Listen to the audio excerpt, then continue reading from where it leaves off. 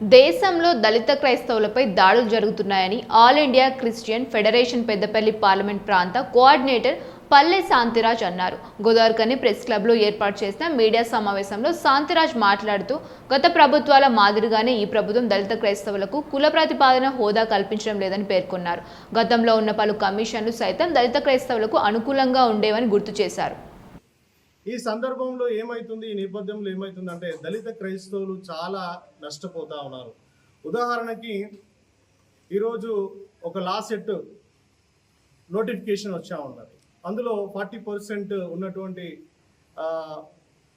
అంటే వాళ్ళ విద్యాపరంగా 40% ఉంటే వాళ్ళు దానికి అర్హులు అవుతారు ఎంట్రన్స్ టెస్ట్ రాయడానికి. అదే బీసీసీ ఉన్న వాళ్ళకైతే దానికి అర్హత లేదు.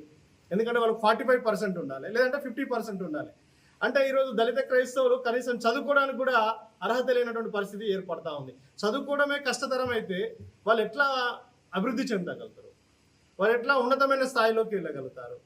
వారు ఏ విధంగా మంచి ఉద్యోగస్తులుగా మారగలరు? వాళ్ళు ఎలా ఆర్థికంగా సామాజికంగా ఎదగగలుగుతారు? ఇది ఒక ప్రశ్నార్థకంగా మిగులుతూ ఉంది. ఈ ప్రభుత్వాలన్నీ కూడా దళిత క్రైస్తవులను టార్గెట్ చేసి వీళ్ళను రాజకీయంగా కావచ్చు, సామాజికంగా కావచ్చు, విద్యాపరంగా కావచ్చు, ఆరోగ్యపరంగా కావచ్చు వీళ్ళను ఎదగనివ్వకుండా చేసేటువంటి కుట్రలు చేస్తున్నాయని మేము భావిస్తూ ఉన్నాం. కాబట్టి ఈ విషయంలో ఆలోచించాలని మేము మనపూర్వకంగా ఈ ప్రభుత్వాలకు విన్నతి చేస్తూ ఉన్నాం. గతంలో మనం చూసినట్లయితే 1956లో